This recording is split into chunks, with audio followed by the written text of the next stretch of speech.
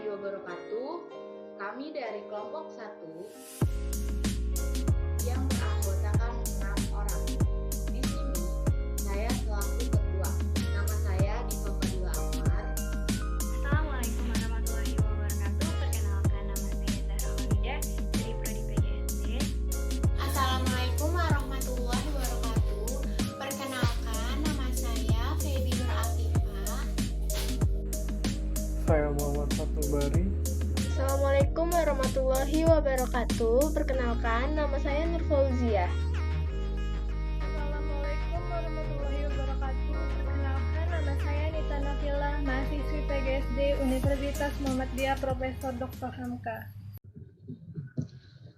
Di sini kami akan membahas mengenai makna teori dan teori belajar behaviorisme.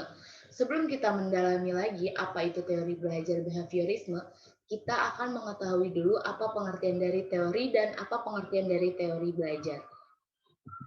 Jadi, teori itu merupakan suatu susunan, penjelasan, dan bukti nyata yang saling berkaitan sehingga menghadirkan suatu pemikiran sistematis tentang segala kejadian yang alamiah yang sedang terjadi atau yang telah terjadi.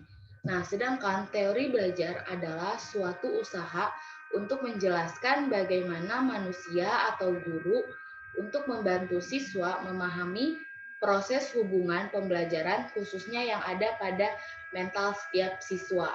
Jadi itu adalah perbedaan antara teori dan teori belajar.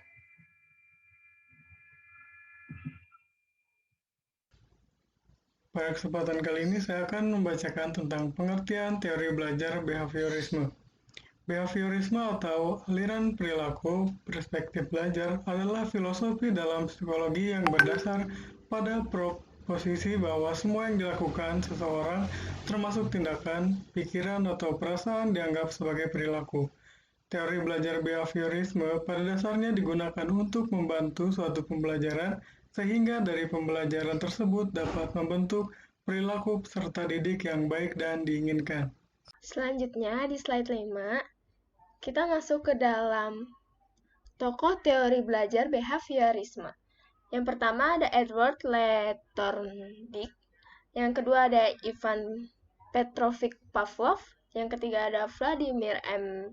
Bekhterev, yang keempat ada John B. Watson, yang kelima ada William McDougall, yang keenam ada Edward Chen Stallman, yang ketujuh ada Carl Leonard Hull, yang kedelapan ada B.F. Skinner, yang kesembilan ada Albert Bandura, yang kesepuluh ada Julian Roder.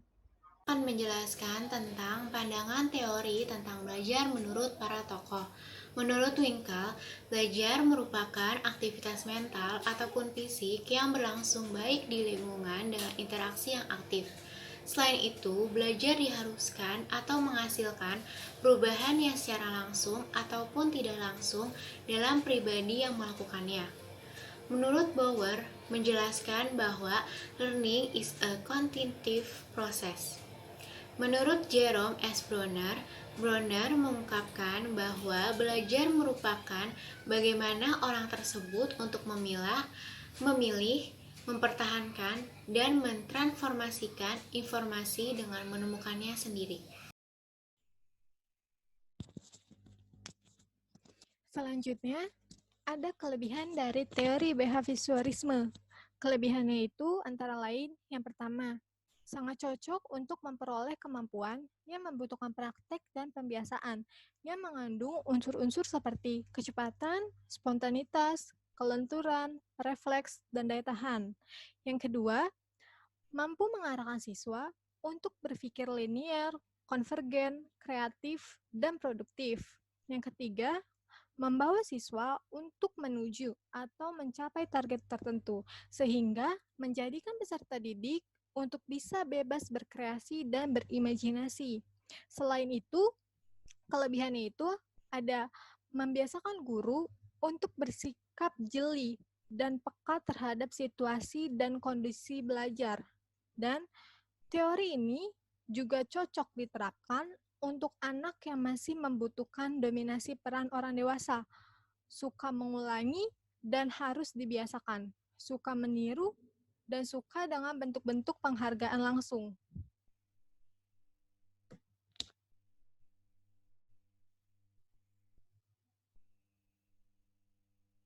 Di sini saya akan memaparkan materi tentang kekurangan teori behaviorisme. Yang pertama ialah hanya berorientasi pada hasil yang diamati dan diukur. Yang kedua, murid hanya mendengar dengan tertib apa yang dijelaskan oleh guru dan menghafal apa yang didengar dan dipandang. Yang ketiga, tidak dapat menjelaskan situasi belajar yang kompleks, dan yang keempat, tidak dapat menjawab hal-hal yang menyebabkan terjadinya penyimpangan antara stimulus yang diberikan dengan respon. Sekian pemaparan dari kelompok 1. Saya Muhammad Fatul Bari sebagai editor mewakili kelompok 1 berterima kasih atas perhatiannya. Kurang lebihnya mohon maaf. Wassalamualaikum warahmatullahi wabarakatuh.